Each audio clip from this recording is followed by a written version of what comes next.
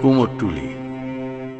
আমি সেই পটো না, না, শিল্পী টিল্পী বলে নাই বা সম্মান দিলেন, যাকে আপনি প্রতি বছর দুবার দেখেন কিন্তু নজর করেন না। আমি সেই পটো কুমোরটুলির, আপনার পটো পাড়ার এক প্রতিমা বানিয়ে মাত্র, যে পড়ে থাকে কাদা মাটি পাট তুষ আর বাঁশ চটার কাঠামোর মতোই নিতান্ত অবহেলায় সম্বৎসর, তাই উপেক্ষাই জোটে।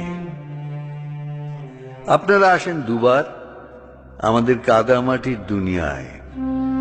প্রথমবার বায়না করতে রংচঙে পোশাকে পিকনিকের মেজাজে কাঠামো পছন্দ করে জানিয়ে দিয়ে যান ফরমাইশ, যেমন তেমন চলবে না হে, আপনাদের সব সম্মান তখন নাকি